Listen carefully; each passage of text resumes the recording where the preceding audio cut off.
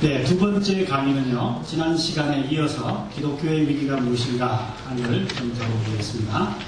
자, 먼저요, 상대주의가 어디에서 왔는가 이제 좀 살펴보겠습니다. 지난 시간에는 상대주의가 우리 사회와 우리나라와 우리 공동체 또 혹은 우리 개인적으로 제일 큰 문제의 원인이다 이렇게 분석을 했는데, 지금부터는 이 상대주의가 어디에서 왔는가 하는 걸 좀 생각을 해보겠습니다.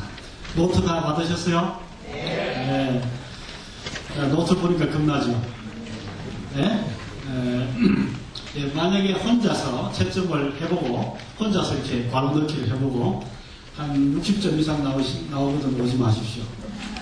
참석을 안 하셔도 될 실력이 되니까. 두 번째, 상대주의는 어디서 왔는가? 저는 근본적으로는 인간의 타락에서 왔다라고 믿습니다. 창세기에 보면 아담과 하와가 하나님 앞에 죄를 짓고 하나님을 버리고 난 후 그때부터 상대주의가 이 세상에 들어왔다 이렇게 생각합니다. 그런 의미에서 아담과 하와는 진리의 암흑 속에 살았을까요? 아닐까요? 어떨까요? 원래 처음에 타락하기 전에는 아니죠. 진리의 암흑이 아니라 분명한 진리의 기준과 분명한 진리의 그 잣대 속에서 살았다는 거죠. 그런데 타락으로 말미암아서 그 모든 그 기준과 잣대가 다 잃어버렸다는 거죠. 자, 그러면 이 시간에는 이 상대주의의 그 역사적인 뿌리를 한번 살펴보겠습니다. 아담과 하와가 타락한 후에 사람들이 생각하는 이 진리라는 그 개념이요, 계속해서 바뀌어온 것 같아요. 이것을 다 공부하기에는 아마 한평생 공부를 해도 모자랄 건데, 이 시간에는 제가 그 중에서 몇 가지만 좀, 그 큰 줄기만 잡아서 좀 공부를 하려고 합니다. 자, 첫 번째 봅시다. 고대 그리스 로마 사람들은 뭘 진리라고 믿었을까요? 형이상학적인 체계가 균형이 잘 잡힌 어떤 진리요? 자, 선생님들 중에 누구든지 대답하고 틀려도 좋습니다.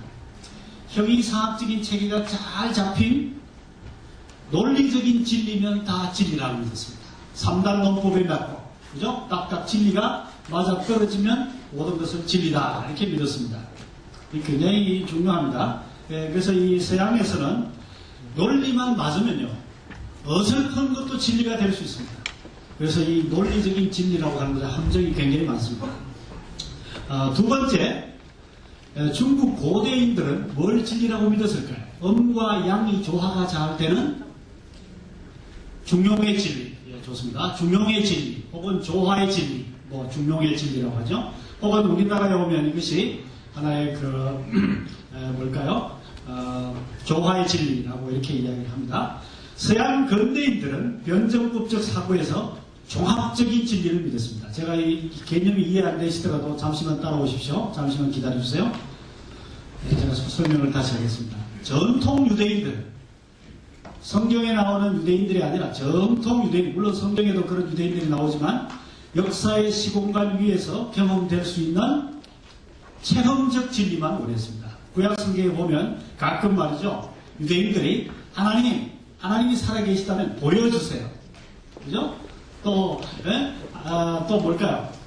하나님이 나를 사랑하신다면 나를 사랑한다는 표를 보여주세요. 표정을 보여주세요. 언제나 체험을 원합니다. 이런 거 아직도 원하는 사람이 많죠. 그죠? 물론 체험적인 건 기독교 신앙에 아주 중요합니다. 불교인들은 뭘 원했을까요? 한번 적어보십시오. 자기가 적어보세요. 이제 제가 제 컴퓨터를 열어보겠습니다. 뭐라고 되어 있는지.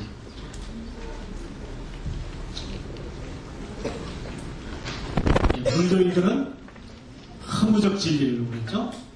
노자와 도교는 회의적 진리를 믿었고, 현대 젊은이들은 감각적 진리를 믿는 것 같아요. 뭐든지 내 느낌에 좋고, 그죠? 내 필에 오면 진리다. 내 필이 좋으면 진리다. 필은 좋아도 진리가 아닐 수 있습니다. 근데 필에 느껴진다고 진리라고 믿는 게 요즘 우리 젊은 세대들이에요. 자, 여기서 제가 한두 가지 좀 설명을 하도록 하겠습니다. 여기에 특히 회의적 진리에 대해서 좀 설명하겠습니다. 저는 김용옥 박사님을 볼 때 굉장히 참 존경하면서도 제가 불쌍히 여기는 게 이분은 처음에 태어날 때는 기독교 가정에서 태어났어요. 그래서 어머니와 부모님 다 예수 믿고요. 자기 형제들 다 예수 잘 믿어요. 근데 이 양반이 예수를 믿다가 잘 믿었죠. 그래서 신학교에 들어갔죠. 한신대학교. 들어갔다가 집어치우고 이제 고대의 철학을 전공하러 들어가면서부터 이제 그 동양 철학, 그죠? 특히 이제 불교 철학 여기에 심취되면서 예수님을 버렸습니다. 그리고 이분이 석박사 학위를 하면서 도교에 깊이 빠지게 됩니다. 도교는 한마디로 말하면요, 계속해서 바뀌는 이 영원한 진리가 없습니다. 계속해서 바뀌는 이 변화되는 진리, 이 변화되는 진리라고밖에 안 믿습니다. 거기에서 이분이 회의적 진리관을 터득하는 것 같아요. 어디에도 진리가 없다는 거예요. 어디에도 진리가 없고, 기독교에도 진리가 없고, 불교에도 진리가 없고, 도교에도 진리가 없고, 어디에도 진리가 없다. 라는 회의적 진리관에 빠져가지고 마치 서양의 데카르트처럼 나는 모든 것을 의심한다는 거예요. 의심한다는 그 사실 외에는 다 뭐라고요? 의심한다는 거죠. 그래서 김용옥 박사님은 어디에도 안착을 못 하시는 것 같아요. 예수님한테도 안착이 안 되고, 부처님한테도 안착이 안 되고, 네? 도교에도 안 되고, 지식에도 안 되고, 계속해서 방황. 개인적으로도 그렇습니다. 교수님 집어치우고, 그 다음에 연극 극작가가 됐어. 그래서 취화섭이라는 유명한 영화 있죠? 임근택 감독이 가서 저기 서양에 가서 깐는 거 어디 가서 감독상 받은 거 있죠? 거기에 대본 쓰고 한동안은 극작가예요. 극작가. 그러다가 한의학 전공하시더니 이제는 한의사가 됐어요. 최근에 보니까 또 뭘까요? 최근에 고등학생들을 위한 무슨 철학특강 이러시면서도 한동안 이 하기 전에 또 문화일보 뭐 했죠? 기자생활, 문화일보 기자생활. 지식인들이 이 회의적 진리관에 병이 들면 어디에도 안착을 못하는 것 같아요. 떠도는 비행기야. 우리 어느 교수님이 그랬어요. 네? 떠도는 비행기처럼 계속해서 왔다 갔다 하는 거죠. 그래서 오늘은 불교, 내일은 유교, 그 다음날 도교, 그 다음날 천주교, 그 다음날 기독교, 그 다음날 또 어디. 네? 저는 이런 청년들 가끔 봅니다. 그 다음에 이 서양 근대인들이라고 하는 것은 18세기, 19세기 근대인들을 말하는데 제가 좀 이제부터 설명을 하겠습니다. 이 여러 가지 진리관 중에서 가장 치명적으로 우리 현대인들에게 영향을 미치는 두 가지 진리관을 좀 공부하겠습니다. 그게 뭔가 하면 서양 근대인들의 종합적 진리관. 두 번째는 이 동양 중국의 이 중용적 진리관. 이 두 가지를 좀 공부하겠습니다. 첫 번째 봅시다. 서양의 이 변증법은 어떤 결과를 낳는가? 여기 봅시다. 이 변증법이라는 것은 지금 학생들이 공부하는 모든 공부의 지적 구조가 되는 것이 바로 이 변증법입니다. 해겔이 한 말을 한번 우리 다 같이 읽어보겠습니다. 시작. 이성의 필연적인 자기 발전 논리에 입각한 세계 해석인 진리로서의 진리는 사라졌다. 이제부터는 종합이 상대주의와 함께 지배한다. 이게 무슨 말인지 좀 이제 설명을 합시다. 자, 봅시다. 자, 여기 이게 뭐죠? 컵. 이걸 만약에 여러분이 컵이라 그러시면 18세기 전시대 사람이든지 아니면 진짜 기독교인이든지 두 개 중에 하나예요. 한번 제가 설명을 해볼게요. 이게 컵이라고요? 이 컵이라고요? 예, 헤겔이라는 사람이 나타나가지고 여기다가 꽃을 한 송이 꽂았습니다. 이게 뭐죠 그러면? 꽃병이지 왜 컵이냐? 그 다음에 여기에 물이 담겨있는데 여기다가 꽃 대신에 검붕어를 한 마리 집어넣었어요. 그럼 이게 뭐가 되죠? 우항이지 왜 컵이냐? 여기다가 물을 부어버리고 여기다가 팽을 갖다 꽂습니다. 그러면 이게 뭐가 되죠? 연필꽂이지 왜 컵이냐? 우리 집 아들 같으면 이 컵을 딱 보고 그거 장난감으로 쓰셔야지. 여러분 뭘 하고 싶으세요? 여전히 컵이야. 예. 예수를 잘 믿든지 아니면 틀면 18세기 전시대에서 더 이상 컵을 컵이라 할 수 없다는 거예요. 그래서 꽃병도 될 수 있고 화분도 될 수 있고 이건 장식품도 될 수 있고 의학도 될 수 있다는 거죠. 여러분 이거 뭐 하고 싶으세요? 어? 여전히 컵으로 쓰고 싶다. 할 수 없네 이 친구는. 아마 우리 어떤 어떤 사람은 이렇게 우리 집 아들 오줌 받으면 좋겠다. 뭐든지 살 수 있다는 거죠. 다시 말하면 이것은 컵이다 라고 하는 그런 고정적이고 절대적인 진리 개념은 더 이상 없다는 거예요. 내가 부르고 싶은 대로 부르고 싶다. 내가 쓰고 싶은 대로 쓰는 거지. 뭐 이걸 컵이라 그러냐라는 지적인 혁명을 일으킨 대표적인 사람이 뭐라고요? 헤겔이죠. 물론 이 헤겔뿐만 아니라 그 위에 칸트도 있고 그 위에 아리스토텔레스도 있고 있지만 헤겔이 그 물꼬를 완전히 틀어버린 사람 중에 하나예요. 그런데 이 헤겔이 물꼬를 튼 이 물꼬가 200년이 흐른 후에 한국의 대학생 청년들 이 자리에 있는 여러분 모두가 그렇게 생각하게 됐다는 거지요. 왜 그런지 아세요? 한번 시도해 볼까요? 예를 들어서 우리 교회 문제가 뭐냐? 예를 들어서 이제 이렇게 진단한다 합시다. 그러면 여기 어떤 사람, 이게 우리 교회 문제는 뭐가 없다, 뭐가 문제다. 이 사람들은 뭐가 너무 많은 게 문제다. 옥신각신합니다. 그때 언제나 헤겔식의 사고방식을 가지고 있는 사람은 어떻게 하냐면 두 사람의 의견을 어떻게 해요? 종합하는 거죠. 옳지. 종합 내지 절충하는 거죠.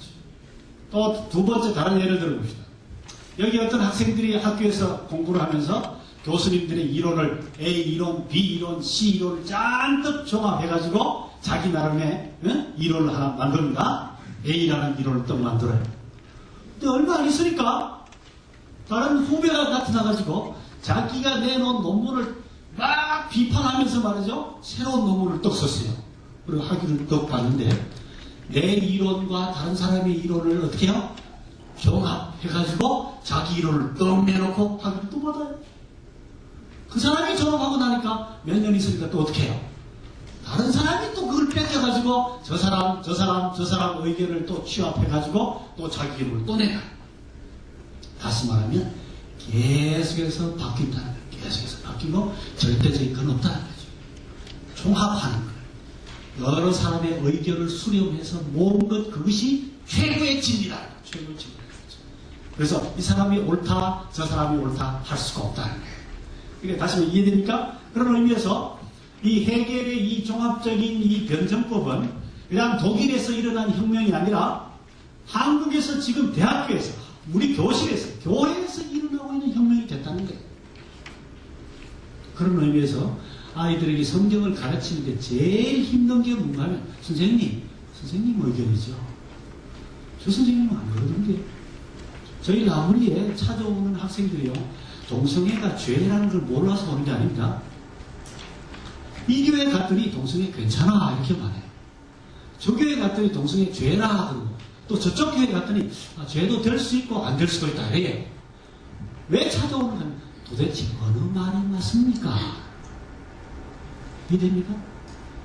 진리가 절대적이고 확실한 진리가 가르쳐지는 게 아니라 교회마다 사람마다 시대마다 다 다르게 가르치니까 어느 게 진리입니까?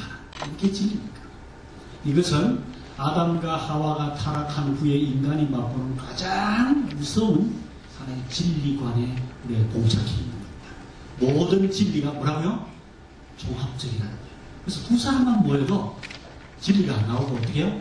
두 사람의 의견을 종합합니다. 종합하면 물론 좋은 진리를 얻을 수도 있지만 때로는 잘못된 진리가 진리로 둔갑할 수도 있어요. 자, 두 번째 혁명이 뭐가 일어난지 봅시다. 두 가지 혁명이 일어났는데 첫 번째 하나 설명을 좀 더 할까요? 이해가 됐습니까? 여러분 교회 여기는 지금 키보드가 없는데 대학부나 청년부 이런 가면 키보드 있죠? 키보드라 그러지 않고 좀 나이 많은 사람들 그걸 키보드라 그러면 뭐라 그랬습니까? 예? 신디라 그랬습니까? 원래 풀네임 다 부르면 뭐라 그래요? 신디사이저라 그러죠. 여기 보세요. 저기 종합이라고 할 때 신데시스라고 되어 있죠. 그죠? 저기다가 ER을 붙이면 뭐가 되죠? 신디사이저라는 거예요. 그 악기 이름이 본래 이름이 뭐라고요? 신디사이저예요. 신디사이저. 왜 신디사이저라고 해요? 악기는 한 개인데 몇 가지 소리가 납니까? 수십 가지, 수백 가지 소리. 내가 들어보니까 어떤 악기는 신디 좋은 건 말이죠. 한 개가 600가지가 난대요. 600가지. 300가지 나는 기본이에요. 한번 보겠습니다. 신디사이즈가 바이올린 소리를 냅니다. 그럼 신디사이즈가 바이올린입니까? 아닙니까? 아니죠. 근데 바이올린 소리가 나요. 여러분 키보드가 트럼펫 소리 낼 수 있습니까? 없습니까? 트럼펫 소리 나죠? 그러면 키보드가 이게 트럼펫입니까? 아니죠. 아닌데 이게 트럼펫 소리 난단 말이죠. 그래서 여기 신디사이즈라고 붙인 이유가 그겁니다. 무슨 말입니까? 종합적인 악기라는 거죠. 악기는 한 개인데 온갖 소리가 다 난다는 거죠. 마치 신디사이저처럼 우리가 요즘 그런 시대에 삽니다. 어떤 것을 옳다고 말할 수 없어요. 이렇게 보니 이건 바이올린 같고, 이렇게 보니 이건 뭐 같아요? 이건 트럼펫 같고, 이렇게 보니 피아노 같고, 야 모르겠다, 진리는 없다, 이렇게 되는 거예요. 그래서 우리가 사는 시대에 지금 심각한 문제가 일어나고 있는 것이 바로 이런 지적인 혁명입니다. 그래서 학생들을 진리를 가르치기 전에 도대체 이게 진리 개념이 흐트러져 있기 때문에 맨날 가르쳐도 나중에 무슨 소리야? 딴 소리야. 한번 물어봅시다. 선생님, 다른 예를 들어보자.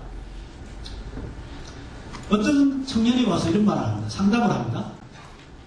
목사님, 저희 라브리에서 저는 간사님, 저는요, 누구랑 사랑에 빠졌고요, 사랑을 깊이 했어요. 그러다가 헤어졌어요. 지금 마음에 상처를 입었습니다. 어떻게 하면 좋을까요? 여러 가지 이제 상담을 했어요. 그래서 이제 저는, 그래. 그러면 너, 하나님의 위로를 받아라. 저는 이제 1시간 이상 설교를 했습니다. 그런데 또 나가면서 하는 말이 이런 말이에요. 아무것도 모르면서 아무것도 모르면서 나한테 이래라 저래라. 그래서 다시 불렀어요. 야, 너 무슨 말이냐? 그랬더니 사실은요, 제가 의미했던 사랑이 빠졌다는 그 말은 러브가 아니고 뭐라고요? 섹스라는 거예요. 요즘 청년들이 사랑했다라는 말이 그냥 로맨틱 러브인지 아니면 피지컬 섹스인지 구분을 안 하고 가르치고 상담했다가는 뭐예요? 뭐라고요? 헛수고.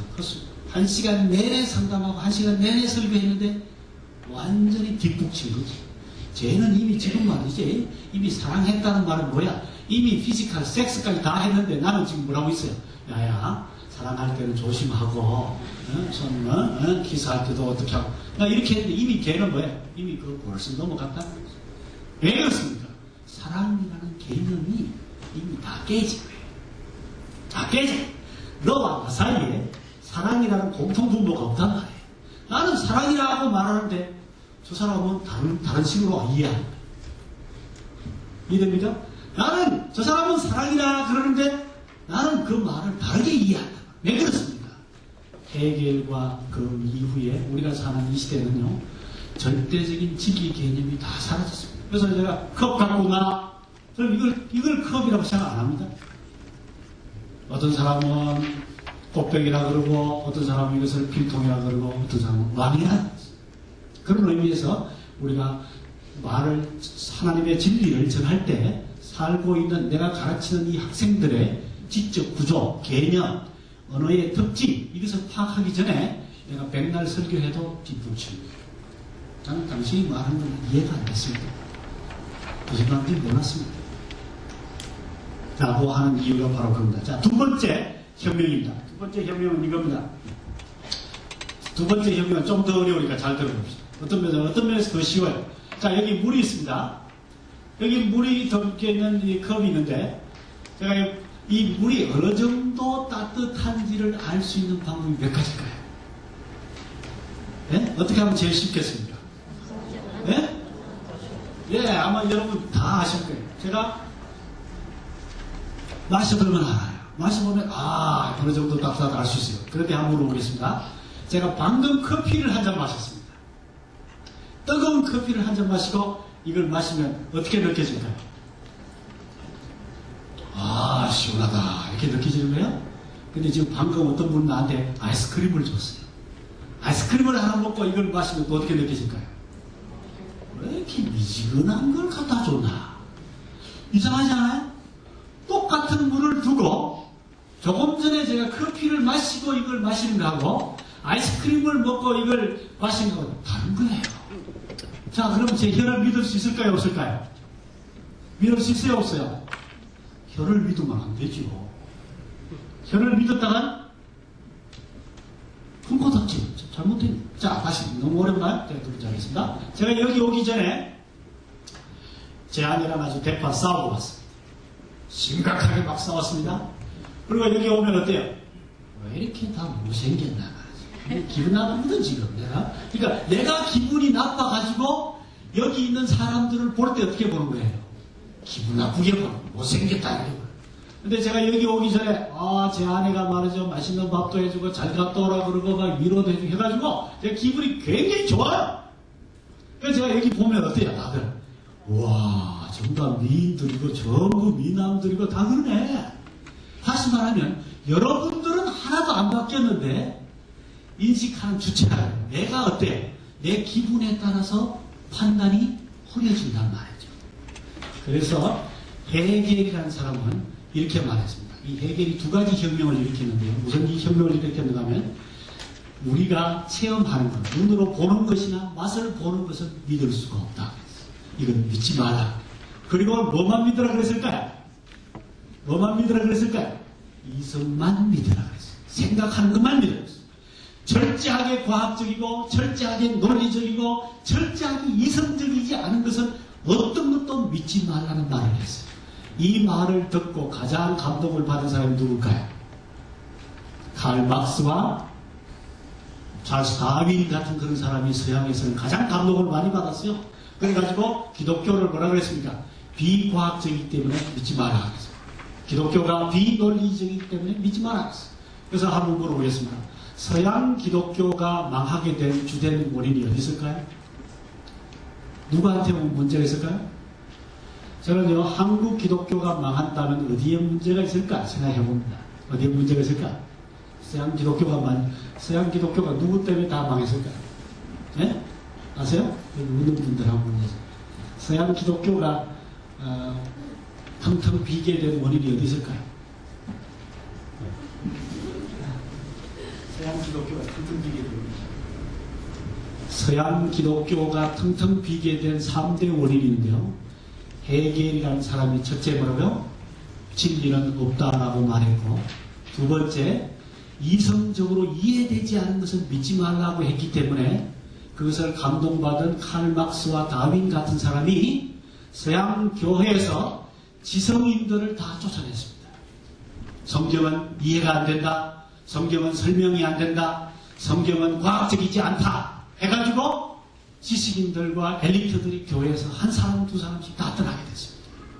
그래서 서양 기독교를 말아먹은 3대 인물을 헤겔과 막스와 또 혹은 또 다윈이라 거기 한 사람 더 추가한다면 프로이드, 지그문드 프로이드, 인본주의자 지그문드 프로이드 이런 사람들이 교회 선생님을 했고 교회 지도자가 처음에 됐었는데 이런 사람들이 교회를 다 말아먹었습니다.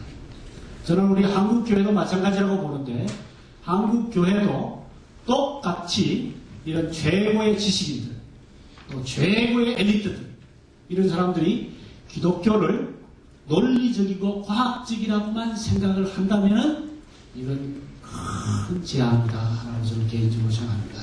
이것이 바로 이 변증법이 가져다 준 우리 서양의 교회의 하나의 문제였습니다. 자, 그러면 두 번째 봅시다. 두 번째 원인은 좀 더 우리 한국 문화와 더 가깝습니다. 두 번째 봅시다. 여기 봅시다. 여기 많이 생략이네. 두 번째, 오히려 이건 우리 동양 종교랑 긴밀하게 연관되어 있기 때문에 아마 한국 사람들이 더 이해하기 쉬울 텐데 우리 동양에도 본래부터 상대주의가 있었던 것 같아요. 이것은 김용옥 박사가 자기가 자랑삼아하는 이야기인데 서양에는 18세기부터 상대주의가 본격적으로 사회에 영향을 미치기 시작했다면 동양에서는 예수님이 오기 전부터 상대주의가 판을 쳤다라고 그러면서 오히려 우리가 서양보다도 동양이 그 점에 있어서는 더 선배다라고 자랑하는 겁니다. 그 자랑 중에 하나가 부처님의 말이에요. 한번 다 같이 읽어봅시다. 여러분 노트 갖고 있습니까? 한번 다 같이 읽어봅시다. 시작. 지극히 천한 용락의 행위와 범부의 행동을 하지 말아라. 또한 스스로 별로 성스럽지도 않으며 의롭지도 않은 고행을 구하지 말아라. 이 두 극단을 버리면 그것이 중도가 된다. 예, 부처님이 해탈했다는 게 뭐죠?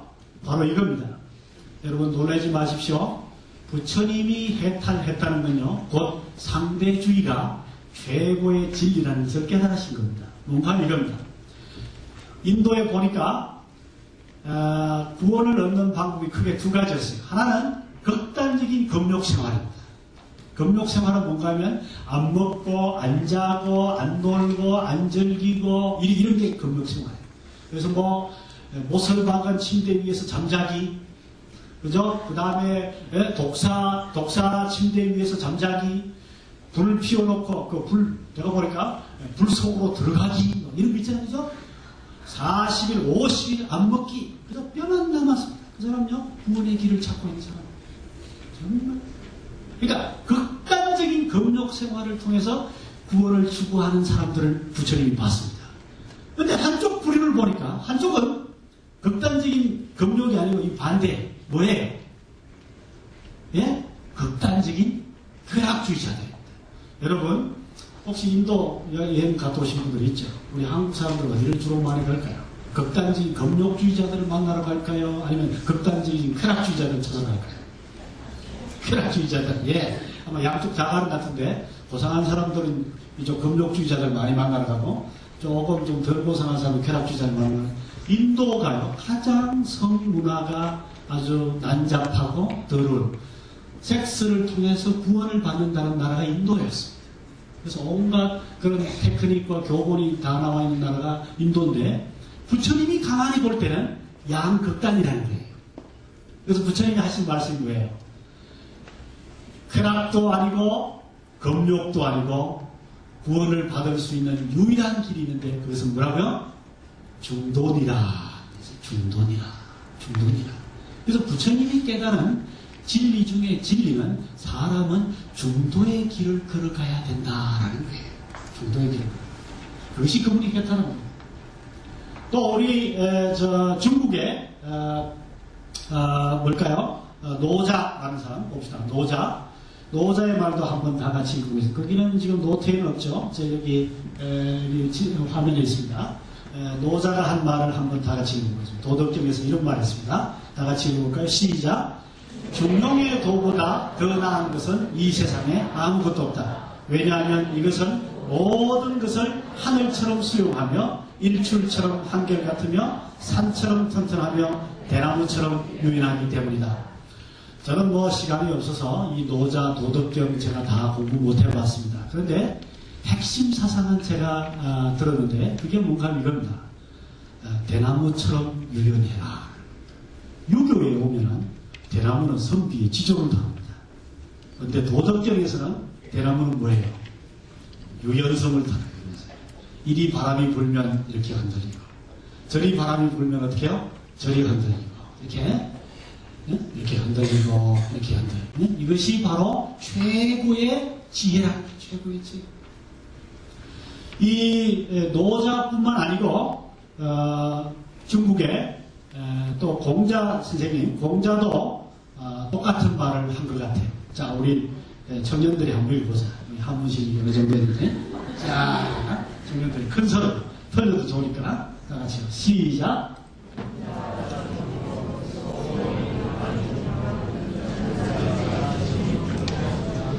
하면 군자 이 시중이요 소임지 중용야 하면 소임 이무 이 좀 잘 안 나오는데 어른들 다시 한번 여기서부터 한번 해봅시다. 어른들 시작. 소임지 중용야 하면 소임 이무 예, 무기타냐. 여기 드디어 나오시네. 예, 좋습니다. 무기타냐. 저도, 이게 다 아는 한자가 아닌데, 혹시 누가 한문을 해석해 주시겠습니까? 해석하기 좀 더 어렵겠습니까? 한번 그 밑에 제가 해석을 해놨죠? 제가 다 힌트를 줬습니다. 한번 제 읽어봅시다. 시작. 군자는 중용을 지키고, 소인은 중용에 반하는 행동을 한다. 군자의 중용은 군자로서 때에 알맞게 하는 것이고 소인의 중용은 소인으로서 아무런 거리낌도 없는 것이다. 이건 무슨 말이에요? 한마디로 말하면 이렇습니다. 군자는 중용을 택하는데 소인배, 쫄짱부들은 뭘 택한다고요? 중용에 반하는 것을 택한다. 중용을 지키지 못하고 언제나 뭐라고요? 자기 고집을 피우고 절대적인 걸 이야기하고 옳은 건 옳다 그러고 말이죠. 틀린 건 틀리다 이렇게 말하는 거예요. 소인배들은. 자, 그럼 군자 중에 군자가 누굴까요? 한번 제가 묻겠습니다. 군자 중에 군자가 누굴까요? 이거 제가 미리 가르쳐주면 안 되는데 한번 다 읽어봅시다. 군자 중에 군자는 시작. 극단에 치우치지 않은 사람, 상황에 따라 잘 처신하는 사람, 눈치 빠르게 처신하는 사람, 바른 말을 하지 않는 사람, 반정립적 사고가 없는 사람. 반정립적 사고가 없는 사람이란 말은 옳다, 그러다 이런 걸 똑바로 말하지 않는 사람. 자, 한번 물어볼게요. 우리 어르신들은 예수님 믿기 전에 다 삼국지 한 번씩 다 읽어보셨죠? 예수님 믿고 난 후에도 뭐 여러 번 읽으셨죠, 그죠? 자, 한번 물어보겠습니다. 그러면 삼국지에 나오는 사람 중에 누가 제일 군자 같습니까? 예? 유비? 또 군자 같은 사람이 있다면 누굴까요? 조조. 조조가 군자다. 조조가 군자다. 또 누가 군자일까요? 예? 제가. 예, 다 나오네, 이제. 아는 게 다 됐지. 우리나라에, 참, 우리나라는 희한한 나라죠. 저 남산지에, 저 서울 남산에서 15년 이상 가서 일을 하다가 설악산 가는데, 그 남산 밑에 가면요, 남산 뒤쪽에 어디 가면요, 제갈공명의 사당이 있습니다. 지금도 한국의 서울에 몇몇 이 선비들은요, 제갈공명에 가서, 그 사당에 가서 제를 올리는 사람이에요. 제갈과 이 조조는 너무 꾀가 많아가지고 군자의 그룹에 못 들어갑니다. 미안하지만. 자, 그러면 꽤 많은 사람도 아니고 이 터프가 있죠. 터프가. 삼국지. 누구지? 장비. 장비는 그럼 군자 반열에 들어갈까? 아니요. 장비도 못 들어가요. 그러면 이 군자 반열에 들어가는 최고 인물 중에 하나가 우리가 이제 유비라 그런데 유비의 처세술이 어떤지 아세요? 유비의 처세술이? 바로 유비의 처세술이 이렇습니다. 오늘 여기 가서 거짓말합니다. 또 저기 가서 내일은 또 저기 가서 거짓말하고. 아세요 이거? 거짓말의 대가가 유비옷이다. 오늘은 여기에 붙었다가 내일은 저기에 붙었다가 오늘은 조조한테 가서 이렇게 말한다. 저쪽에 유바인가 누군가를 치기 위해서 군사를 좀 달라 그래요. 그래서 조조가 군사를 좀 떼주잖아, 그지? 그럼 군사를 데리고 가가지고 저쪽에 또 무슨 말해가 아부해가 또 받아가지고 2배를 늘려가지고 조조를 가서 또 칩니다. 이게 유비예요. 그런데 동양에서는 군자 중에 군자를 이런 사람이라고. 왜? 무슨 어떤 사람인가 보니까요. 이쪽에도 치우치지 않고 저쪽에도 붙지 않고 어떤 길을 걸어가는 사람? 중간을 걸어가는 사람. 중립을 걸어가는 사람. 또 혹은 뭐라 그럴까요? 중용의 도를 터득한 사람. 이 사람을 군자 중에 군자라 그래요. 제가 좀 더 이야기할까요? 더 이야기해야 되겠습니까? 제가 뭘 이야기하려는가 오늘 서양의 변정법이라는 것도 뭐라 그래요? 이걸 컵이다, 컵이 아니다 할 수 없고 뭐라고요? 이거 컵인 같기도 하고, 이거 꽃병 같기도 하고, 이건 또 화분 같기도 하고, 이건 어항이기도 하고, 복잡해요. 서양 사람들은 지금 복잡합니다. 그래서 서양에서는 진리가 없어졌어요. 근데 동양을 와보니까, 동양은 있는가 보니까 동양도 마찬가지예요. 우리는 그보다 더 오래전부터 옳다 그러다가 할 수 있는 세상이 아니라는 거예요. 제가 실험을 좀 더 해볼까? 심각한 실험을 좀 더 해봐야 돼. 이런 모든 동양의 진리를 받아들인 우리 한국의 화랑도를 만든 원효 선생님이라고, 원효 스님이라고 계세요. 이 불교 원효 스님이라고 계시는데, 저는 강원도 이 불교 동네에 살기 때문에 이 불교 스님들한테 제가 많이 들었어요. 이 원효 스님은요, 화쟁 논쟁이라는 걸 개발했는데, 이것은 세상에요, 둘도 없는 이론이에요. 희한한 이론이에요. 어떤 이론인지 아세요? 제가 이런 걸 배웠습니다. 한번 물어볼게요. 여기 두 사람한테. 피어있는 꽃이 아름답겠어요? 진 꽃이 아름답겠어요? 참 어렵네. 어느 게 아름답겠어요? 피어있는 꽃이 아름다워. 여기. 이 친구가 이쪽 아름답다는 반대한 거지? 오케이, 좋아요. 이거 좀 배심이 있어요. 오케이. 자, 그러면 여러분들은 어느 꽃이 아름다울 것 같아요? 예, 피어있는 꽃이 아름답다 그러면 이 사람 불교인이 아니에요. 확실히 불교인이 아니에요.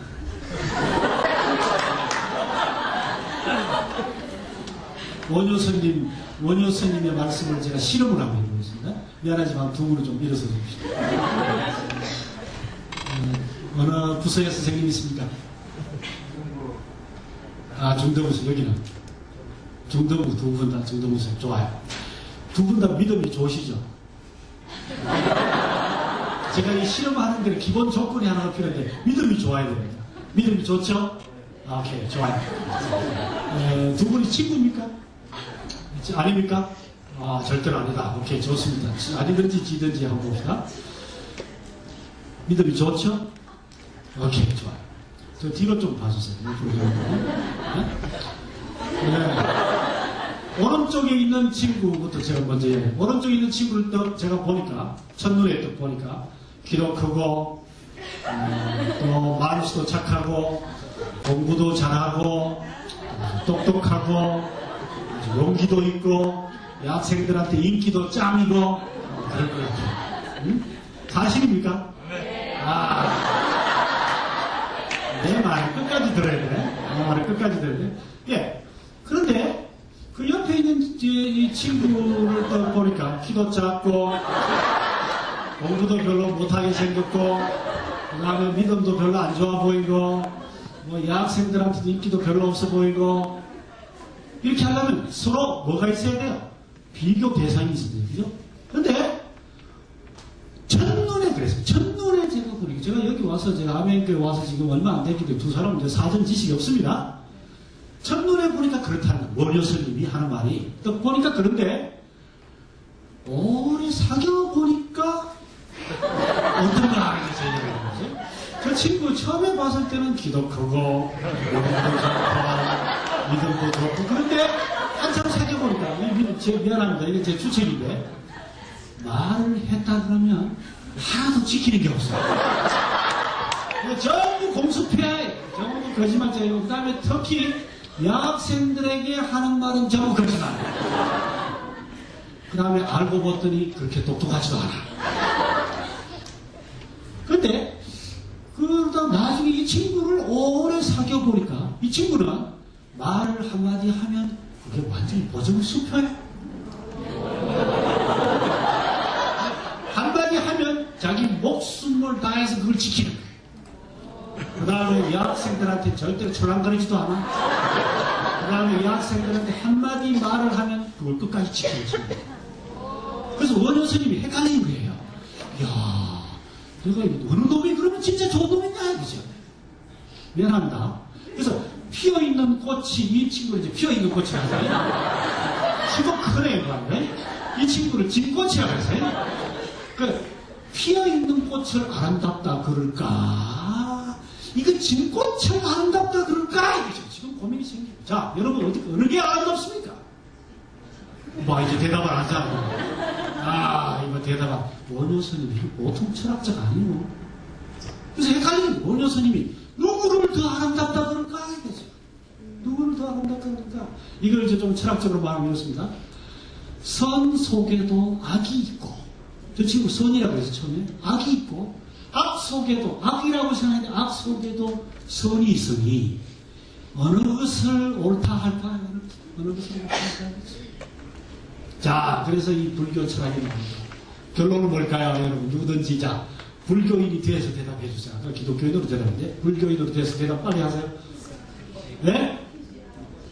피지 않은 꽃이 이쁘다. 오, 그 대단한 화두네요. 여기 계시기 아깝습니다. 네. 누가 더 이쁘다? 어떻게 할까? 누가 어떻게 대답할까요? 예? 둘 다! 와, 그거 대단하신 분이 나오네요. 예. 예, 우리가 매일같이 하는 말이에요. 매일같이 쓰는 말이에요. 잘 들으세요. 이런 말입니다. 저놈이나 여러분 똑같아. 이놈이나 사실은 마찬가지야. 왜? 선이라고 생각했는데 거기에 악이 도사리고 있고 더러운 게 있고, 여기는 나쁘다고 생각했는데 그 속에 뭐 있어요? 좋은 게 있다 이거죠. 이거 어떡하냐. 그래서 우리는 판단 안 합니다. 이게 나쁘다, 좋다 그러지 않고 뭐라고요? 다 좋다. 그놈이나 다 좋다 하든지 그렇게 하니까 문제가 있잖아요. 다 안 좋으니까. 그러니까 뭐라고 해요? 도망치는 방법 중에 하나가 뭐죠? 예? 둘 다 똑같다. 그놈이나 마찬가지. 저러면 좀 덜 얻어먹었고, 이 정치적인 용어입니다. 저러면 좀 덜 얻어먹었고, 이놈은 뭐라고요? 좀 더 얻어먹었고. 저러면 조금 덜 나쁘고, 이놈은 뭐라고요? 조금 더 나쁘고, 이렇게 이야기합니다. 이것이 우리가 원효 스님한테 배운 사고방식은 늘 우리가 살면서 쓰고 있는 거예요. 정치적으로 쓰고, 일상생활에서 쓰는 거예요. 그래서 우리는 그래서 판단을 안 합니다.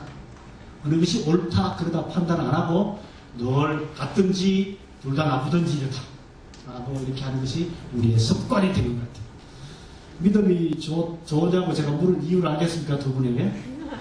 네, 상심하지 마십시오. 그냥 학교 선생님들이 교재용으로 쓴 거니까 이 두 분에게 박수를 한번 드리겠습니다.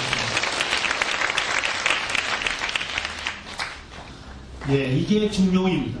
이게 우리나라의 뼛속 깊이 있는 사고방식입니다. 그래서 고려대학교 홍일식 교수님 이런 말 했어요. 한국 기독교인들을 자기가 가만히 조사를 해보면 홍일식 교수님이 고려대학교 총장님이었습니다. 지금은 총장님이 아니지만 이 홍 박사님 이런 말 했어요. 자기가 한국 사람들 가만히 보니까 일상생활은 유교적으로 하고 생각은 불교식으로 하고 신앙생활을 할 때는 무슨 식으로 한다 그랬을까요? 예? 기독교적으로. 그랬으면 얼마나 감사하겠습니까? 그래도 그지? 근데 그런 말 안 하고 뭐라 그랬지 아세요? 무당식으로 한다. 일개 대학교의 총장님이 이런 소리 했다가 고발당하죠. 그죠? 한국의 종교인들이 얼마나 많은데 기독교인이 1000만 명이 넘는데 감히 기독교인들에게 이런 말을 할 수 있습니까? 근데 저는 그분의 책, 한국인은 누구인가 라는 책에서 그 말 했습니다. 그 책을 읽고요. 제가 배경을 했습니다. 다시 한번 할게요.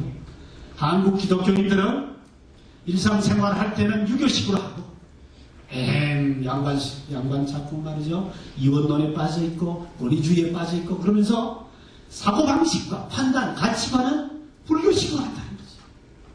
부처님식으로 생각한다는 거죠. 그리고 신앙생활은 무당식으로 하다. 저는요 그 소리 듣고 제가 이 세계관 운동하려고 제가 마음 먹었습니다. 응? 어떻게 된 거냐? 도대체 한국 교회를 어떻게 보고 하는 소리냐? 이것이 제가 이 통탄에 금치하는 바로 그 이야기입니다. 그래서 이 정리를 하겠습니다. 이 동양의 우리 동양 사람들의 진리관은 뭔가 하면요 중용의 도입니다. 이 중용이라는 말은 한마디로 중용적이다, 중도적이다, 상황적이다, 상대적이다 말이에요. 상대적이다. 우리나라 대통령 중에도 이런 말을 합니다. 왜 거짓말하냐? 거짓말이 아니다. 그때는 그런 상황이라서 그렇게 나 은퇴한다 그랬는데 오늘은 뭐가 바뀌었어요? 상황이 바뀌었기 때문에 오늘 또 이런 말을 한다. 그래서 거짓말이 아니라. 그래서 이 원효 스님의 이 말은 날마다 우리 정치, 경제, 일상생활에서 그대로 사용되고 있습니다. 또 하나, 두 번째, 방법론. 다시 이야기합니다. 방법론입니다. 아까 서양에서 방법론의 결론을 뭐를 내렸습니까? 해결은 뭐라고 결론 내렸어요? 체험하는 건 뭐라 그랬습니까? 믿을 수 없다 그랬죠. 그죠? 그런데 동양에서는요, 옛날부터 뭐라 그랬는가 하면요, 체험하는 것만이 믿을 수 있다 그랬어요. 다시 말하면, 인간의 이성, 이 유교에서는 뭐라 그랬나 하면, 인간의 이성은 너무 꾀가 많아가지고, 자기의 이익과 자기의 어떤 이기적인 목적으로 생각하기 때문에 논리적인 사고를 하지 말라 그랬어요. 그리고는 이 직관, 그리고 아주 그 느낌, 감각으로 선택하라 그랬습니다. 그래서 이 방법론은 순수 감정입니다. 순수 감정. 원효 스님, 원효 스님 이야기 이제는 좀 순서가 좀 달라서, 순서가 좀 달라졌는데, 한번 읽어볼까요? 원효 스님 뭐라 그랬는지. 원효 스님 목소리 한번 그대로 한번 들어봅시다. 결국 같음이란 같은 것을 다름에서 분별하고, 같이 한번 읽어봅시다. 얼마나 그 소리인지 알 수 있습니다. 다름이란 다른 것을 같음에서 밝히는 것이다. 그러나 다름과 같음을 분별하고 밝히는 것은 다름을 쪼개거나 같음을 없앰으로 되는 것이 아니다.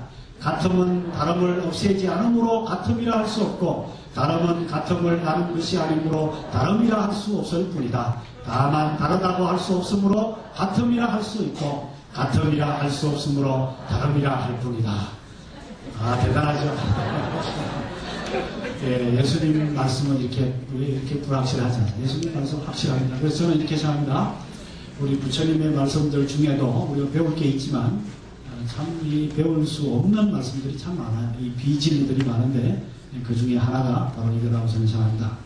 연대 박동환 교수를 위해서 동양의 마음을 이렇게 말합니다. 여러분이 학생들 가르칠 때요, 이 학생들이 누군지를 정확하게 알아야 되겠습니다. 한번 다 같이 읽어봅시다. 시작. 동양의 마음은 언행이 일치하지 않음을 이해하는 데이다. 명과 실을 혹은 이론과 실제를 일치시키려는 노력에도 일치될 수 없는 숙명의 논리적 관계를 받아들인 데 있다. 표리부동의 현실은 표면의 명분과 이면의 배려 사이에 끝없이 일어나는 논리적 괴리를 진지하게 익히는 데 있다. 이게 무슨 말인가 하면요, 동양 사람들은 논리적으로 이 진리를 이해하지 않는다는 거예요. 그래서 성경을 가르칠 때 논리적으로 설명하면 안 된다. 그래서 요즘 아주 인기 있는 강사들, 인기 있는 설교자들, 인기 있는 무슨 탤런트들, 배우들, 이런 사람들은 여러분의 논리에 설득을 안 합니다.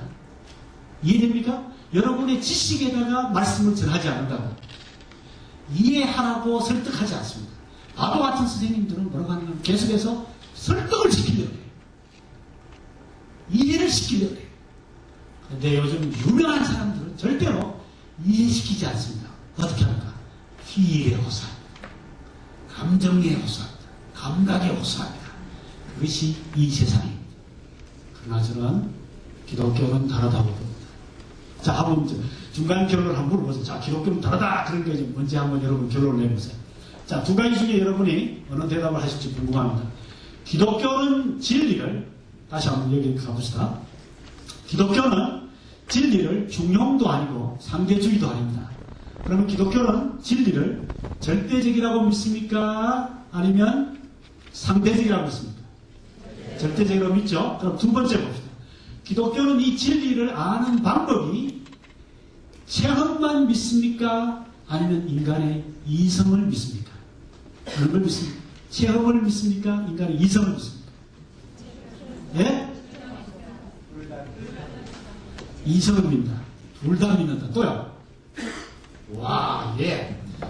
저는 보탁사스집에 가야 되겠죠? 맞습니다. 저희들은요, 지금 누구에게도 속지 않습니다. 해결에도 속으면 안 됩니다. 이성만 믿으라고 하는데도 속으면 안 됩니다. 또 하나는 동양의 공자님이나 부처님이나 원효스님이나 누가 이야기를 했든 간에 인간의 감정과 체험만 믿으라고 하는 것도 그게 속으면 안 됩니다. 왜? 하나님은 우리들에게 감정도 주셨고 또 뭐도 주셨어요? 이성도 주셨어요. 그렇기 때문에 우리 기독교 안에는 진리를 아는 방법이 두 가지를 다 인정합니다. 뭐예요? 이성적이면서도 동시에 뭐예요? 체험적이고, 체험적이면서도 동시에 뭐예요? 이성적이고, 두 가지를 다 믿습니다. 이것을 우리는 흔히 이렇게 말할 수 있어요. 우리 기독교는 초자연적이고 신비적이다. 그러면서도 동시에 기독교는 합리적이고 논리적이고 과학적이다. 이렇게 이야기를 할 수 있습니다. 그러나 미안하게도 교회에서 하나만 가르칩니다. 한국 교회뿐만 아니라 전 세계 교회가 지금 21세기 뭘 가르치는지 아세요? 단지 예수님은 감각적으로, 체험적으로만 접근하라는 거예요. 생각, 이성, 우리의 지식, 이건 다 필요 없다. 그것은 반쪽진리라고 저는 생각합니다. 제가 여기 온 이유도 바로 그겁니다. 그런 의미에서 저는 강력한 성령 운동이 일어나야 된다고 봅니다. 한국교회. 그러나 동시에 성경적인 교리와 진리와 가르침이 같이 동반되지 않으면 한국교회는 언제 무너질지 모른다. 이렇게 봅니다. 그런 의미에서 제가 여기 온 이유는 영어로 한마디 하고 합시다. 불타는 논리라는 말인데 Logic on Fire입니다. 다 같이 한번 따라할까요? Logic on Fire. Logic on Fire. Logic on Fire가 뭔가 이겁니다. 하나의 우리가 성령으로 불타면서도 동시에 뭐라고요? 철저하게 합리적이고 이성적이고 그죠? 예? 논리적인 이런 선생님이 되어줄 것을 저는 간절히 부탁합니다. 만약에 논리가 없는 체험 혹은 체험이 없는 논리 그건 다 문제가 있습니다. 그래서 이 두 가지가 다 필요합니다. 이게 제가 중간 결론입니다. 자, 그러면 잠시 시간이 5시 5분인데 이제 곧 마쳐가겠습니다. 이 세계관이요, 이런 잘못된 이런 그 세계관, 변질된 세계관, 이 상대주의가 어떻게 전파되는가 한번 보십시오. 보시면 이 상대주의가요, 가만히 있지 않고요, 마치 다리가 달린 짐승처럼 이게 그 전파가 됩니다.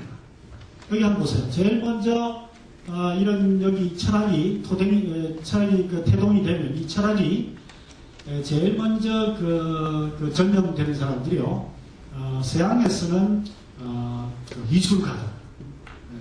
이 서양에서는 가장 먼저 최신 철학과 사상을 제일 먼저 받아들였어요. 그래서 서양의 미켈란젤로, 다빈치, 고호, 고갱, 기라성 같은 이런 화가들이요. 제일 그 최신 이론과 최신 사조를 가장 먼저 그림에 그리기 시작했습니다. 우리나라는 화가들과 함께 이 문학이 우리나라에서는 선구주자를 달리는 것 같아요. 우리나라의 포스트 모더니즘 같은 이런 탈현대주의 같은 이런 게 들어왔을 때도 문학가들이 제일 먼저 앞장섰습니다. 하일진이, 하재봉 이런 사람들이요. 우리나라 개화기 때도 문학인들이 제일 앞장섰어요. 새 시대를 열었던 사람 중에. 그 다음에 가수들, 그 다음에 탤런트들, 배우들 이런 사람들이 이제 그 새로운 사조를 퍼뜨립니다. 그래서 텔레비전에 나오는 가수, 탤런트, 배우 이런 사람들은요, 새로운 사조와 풍조를 세상에 퍼뜨리는 선구자들입니다. 제일 끝에 따라가는 사람들이 누굴까요? 교회, 종교인들입니다. 왜? 이 기독교인들과 교회는 괜히 보수적이에요. 그래서 교회의 상대주의가 들어왔다 그러면 이미 어떻게 됐을까요? 모든 문화는 이미 다 끝난 거예요. 교회에 동성애자가 들어온다 그러면 뭐예요? 이미 모든 문화 속에 이미 다 들어온 거예요. 그만큼 이 전파 과정의 특징이 보인다라는 겁니다. 다음 봅시다. 이 세계관이 전파될 때 계층별로 어떻게 전파되는지 봅시다. 이 잘못된 세계관이요, 지식인들만 가지고 있으면 얼마나 좋겠습니까? 미안하게도 지식인들이 갖고 있는 이 세계관이 가만히 있지 않고 자꾸 전염을 시킵니다. 한번 봅시다. 모더니즘 시대, 우리나라에 들어온 모더니즘 중에 하나가 막스주의입니다. 공산주의랍니다. 사회주의라고 할 수 있고, 이 사회주의가 우리나라에 들어왔을 때 지식인들이 제일 먼저 퍼뜨린 계급이 어느 계급일까요? 어느 그룹일까요? 어떤 층일까요? 부자들, 아니면 중산층, 아니면 가난한 사람들. 누굴까요? 부자들. 오. 막스주의가 부자들에게 제일 먼저 전파돼서 가난한 사람들에게 제일 먼저 전파됐어요. 그러니까 이 어떤 사상이요, 전파될 때 그걸 제일 먼저 받아들이는 부류들이 있습니다. 사회주의와 공산주의는 가난한 사람들이 더 먼저 받아들였어요. 제일 나중에 받아들이는 그룹들이 누굴까요? 네? 부자들, 부르주아들. 예. 막스주의는 부르주아들이 제일 늦게 받아들이죠. 근데 포스트 모더니즘은 어떻게 되는지 한번 봅시다. 포스트 모더니즘이라고 하는 건 요즘 웰빙 문화다, 이런 것도 포스트 모더니즘 문화 중에 하나인데, 웰빙 문화는 누가 제일 먼저 받아들인 것 같아요?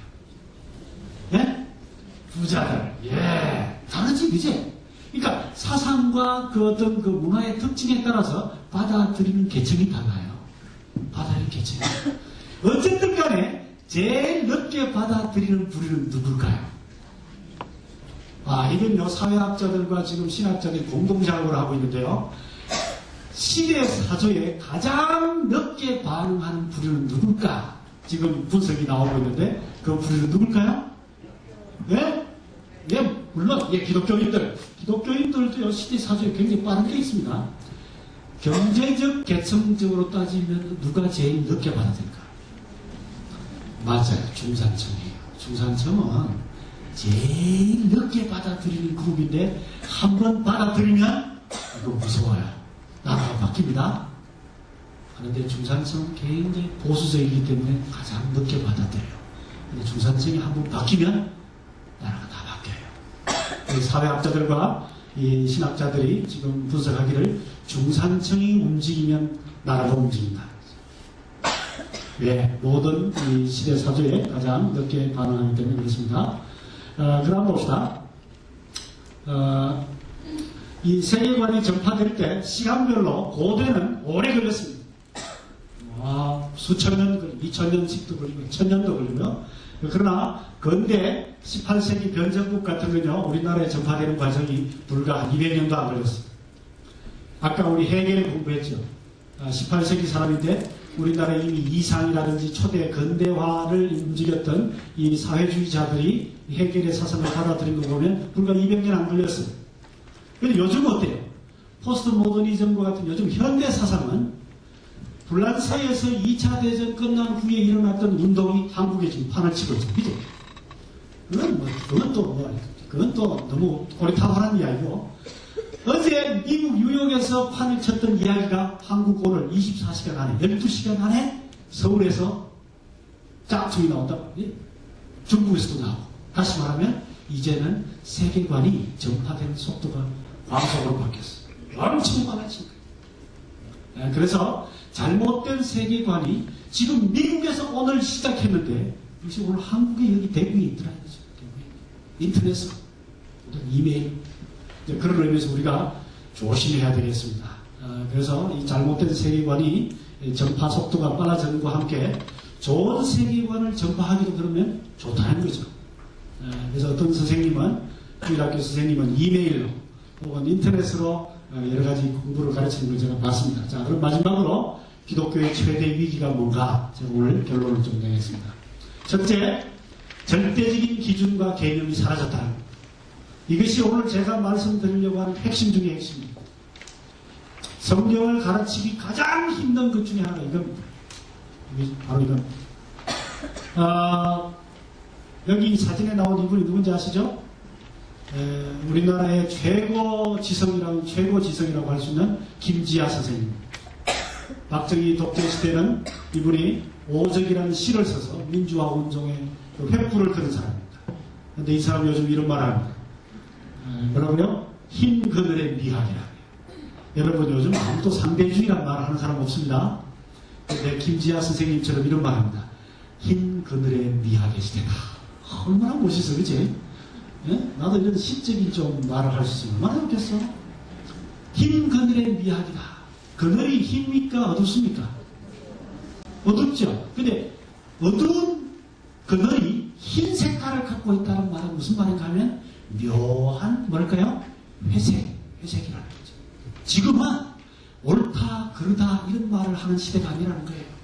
지금은 글쎄요, 맞는 것 같기도 하고요, 틀린 것 같기도 하고요, 옳은 것 같기도 하고요, 아닌 것 같기도 하고요, 이렇게 말하는 시대라는 거죠.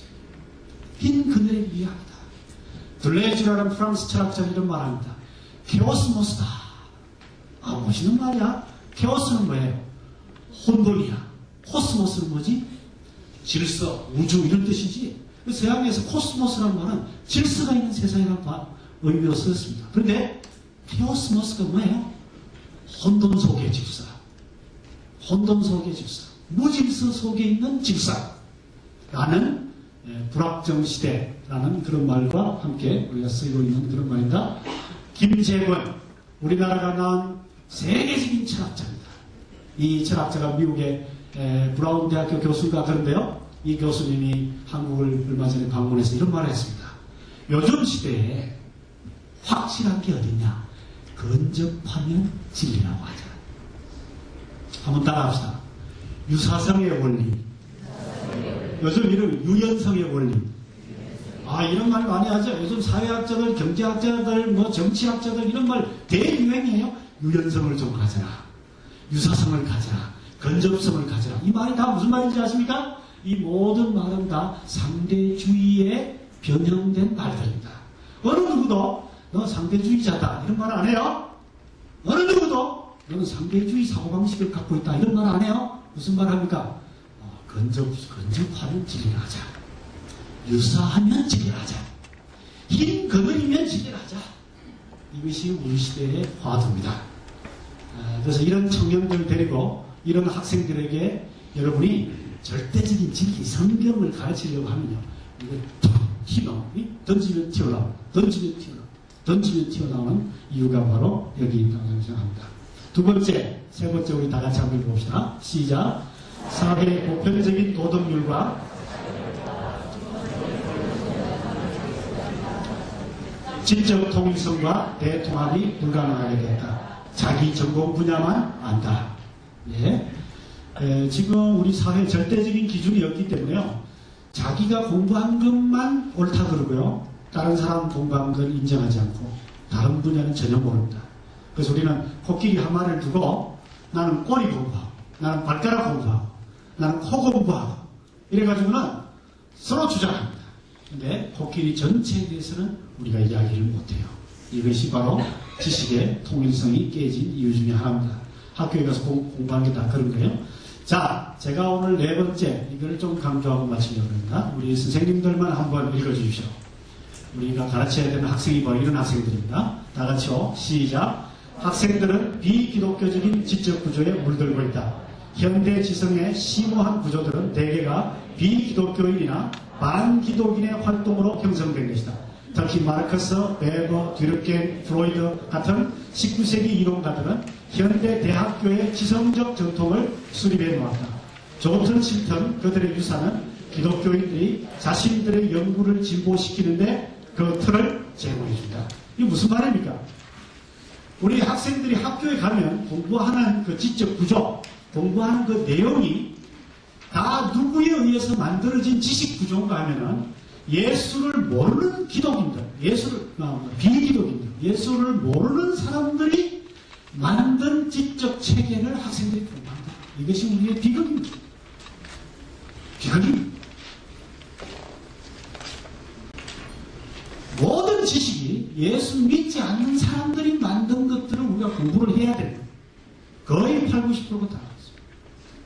한번 제가 심각한 예를 들기 전에 여기 계시는 선생님들 한두 분만 제가 좀 한번 예를 들어 이쪽에 한번 보죠.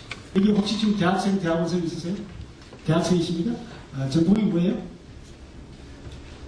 전공, 자 공부하는 거. 경제학, 오케이. 경제학 책 중에 예수님 믿는 교수들이 쓴 책을 몇 번이나 읽었습니까? 모르겠다. 옆에 공부하시는 게 뭐예요? 식품영양학. 식품영양학 교재 중에 예수님 믿는 사람이 쓴 교재, 교수님이 쓴 교재가 몇 번이나 있어요? 모르겠어요. 여기 옆에 보세요. 전자전기 전공. 형제가 읽은, 선생님이 읽은 책 중에 예수님 믿는 사람이 쓴 책은 몇 번이나 있어요? 예, 그거 진짜 부정적이죠, 그죠? 내가 예수 믿는다 쓰면 되는데, 그죠? 자, 세 사람 제가 물어봤습니다. 제가 10사람 좀 물어볼까요? 안 물어봐도 다 알아요. 학교 가서 공부를 하면 할수록 비기독교인 교수들의 지적 세례를 받아야 공부를 하게 돼 있어요. 그리고 졸업을 하게 돼 있어요. 그리고 회사에 들어가면 예수 믿지 않는 구조 속에서 일을 해야 됩니다. 어떻게 할까요? 그래서 문제는 이겁니다. 제일 똑똑한 놈이 이런 놈입니다. 교회 오면 예수 잘 믿는 척하고 학교 가면 학교에서 가르쳐주는 대로 그대로 배워. 그래서 완전 지적 이원론자들이 되는 거예요.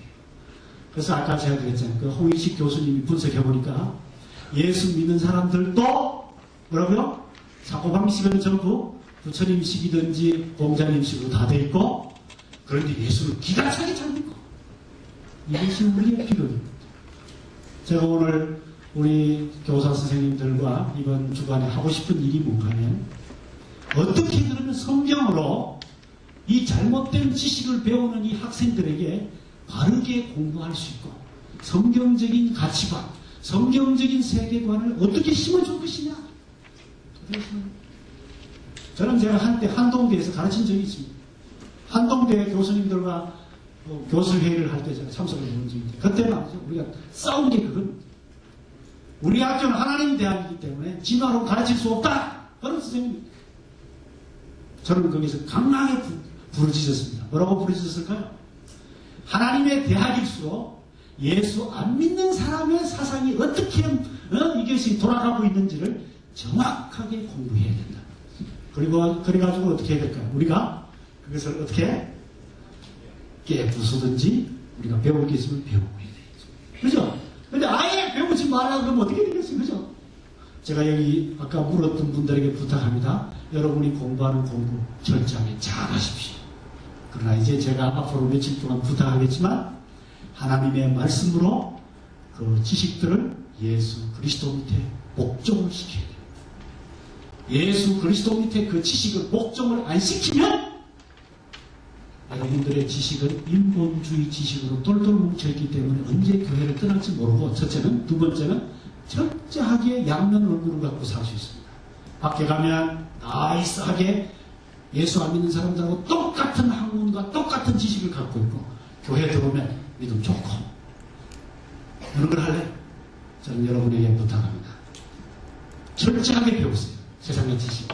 그러나 뭐라고요? 하나님의 말씀으로 모든 세상의 지식을 예수 그리스도 밑에 복종시키는 법을 공부하자. 이걸 다른 말로 하면 이렇습니다. 믿는 것과 아는 것을 어떻게 하자? 하나 되게 하자. 하나 되게 하자라는 게 제 결론입니다. 자, 한번 우리 성경을 하나 찾아보고 우리 이 시간을 마치도록 하겠습니다. 에베소서 4장.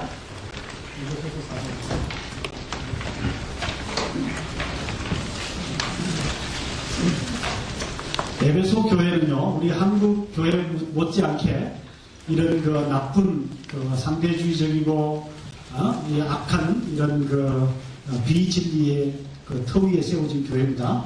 그런 교회에 바울 사도가 한 말이에요. 한번 그 4장 13절 다 같이 한번 읽어보겠습니다. 4장 13절 다 같이요. 시작. 우리가 다 하나님의 아들을 믿는 것과 아는 일에 하나가 되어 온전한 사람을 이루어 그리스도의 장성한 분량이 충만할 때까지 이르리니. 자, 여기 보니까 하나님의 아들을 믿는 것과 그 다음 두 번째 뭐라 그랬어요? 아는 일에 하나가 되게 하라. 하나가 되게 하라. 그렇죠? 이 하나가 되게 하는데 여러 선생님들이 수고해 주시기를 간절히 부탁합니다. 제가 시간이 있으면 제가 한 5시 반까지 하면 되겠습니까? 아, 그래. 시간이 있으면 제가 운동을 해주죠.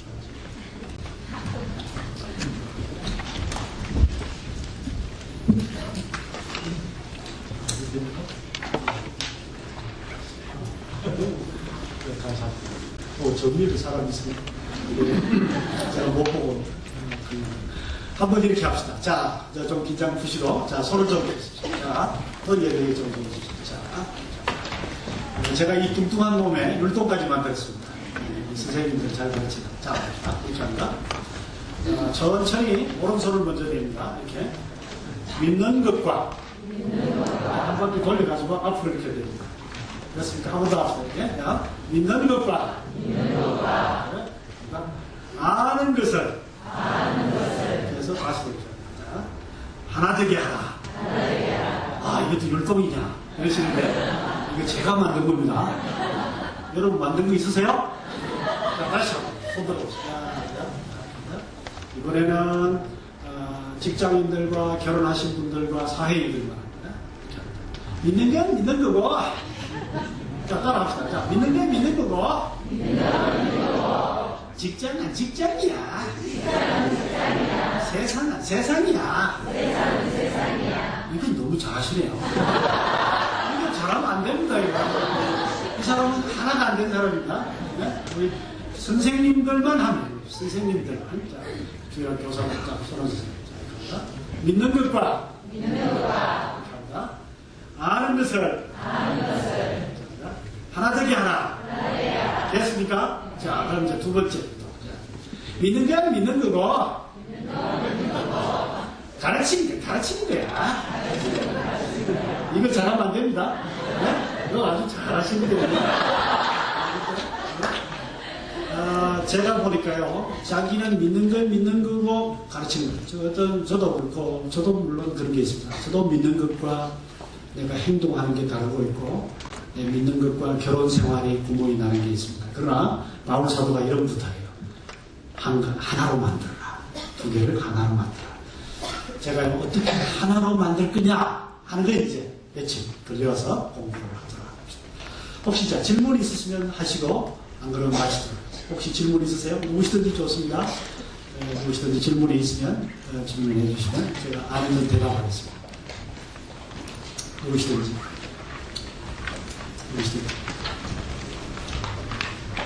누구시든지 좋습니다.